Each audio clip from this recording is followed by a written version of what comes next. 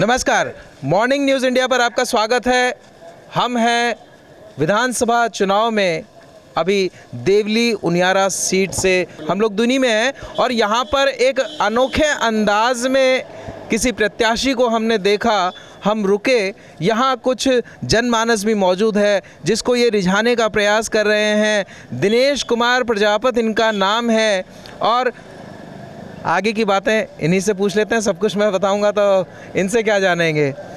सब ये अनोखा तरीका कैसे ईजाद किया आपने? सर ये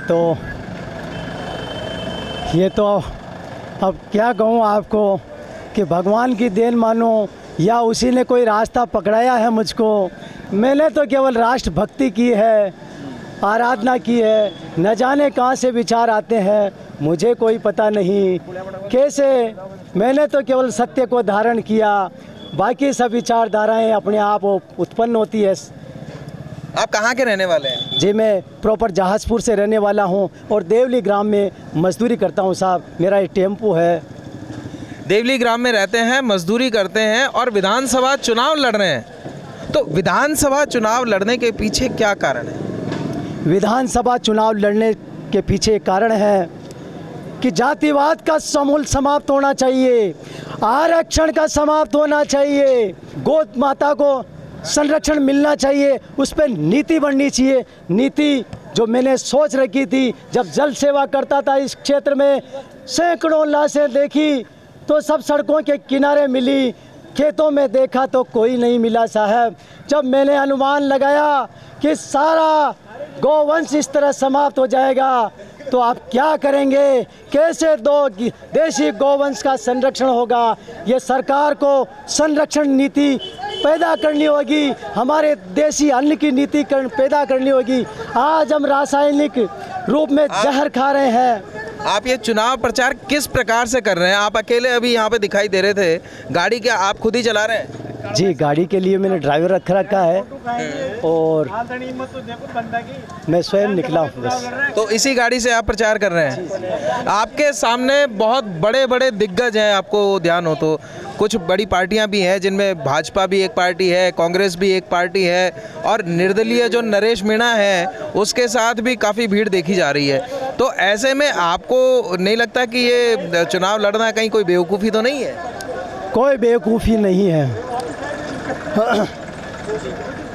एक प्रसंग आता है रामायण में कि भगवान जब वनवास को चले गए थे तब भरतलाल जी उनसे मिलने आए और भरत जी जब आ रहे थे तो लक्ष्मण जी को क्रोध हुआ कि भरतलाल जी हम पर हमला करने आ रहे हैं। निषाद राज रास्ते में मिले कि हटा दो सारी नवों को, समर शेष है अभी तक, प्राण रहते नहीं जाने देंगे प्रभु से इन्हें लड़ने को। क्या आपके इन जोशीले भाषणों को सुनकर के आपको लगता है लोग आपको वोट देंगे? भले ही मुझे वोट मिले ना मिले, मैं तो जीरो लेकर निकला हूँ। हीरो बनाए या जीरो, ये क्षेत्र की जनता जाने। मेरा तो हृदय उद्गार था राष्ट्र जगाने को।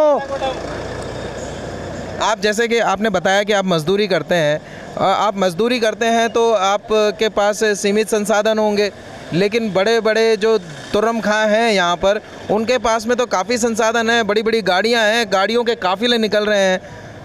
कैसे होगा मुकाबला? सत्य को किसी संसाधन की आवश्यकता नहीं होती साहब।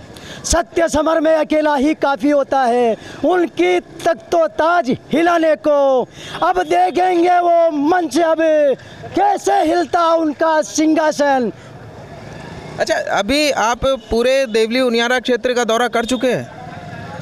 जी उनियारा तक तो जा चुका हूँ, लेकिन टेम्पो अब प्रचार करने के लिए निकला हूँ तो मैं सेजा क्षेत्र से निकलते निकलते दूनी ग्राम में पहुँचा।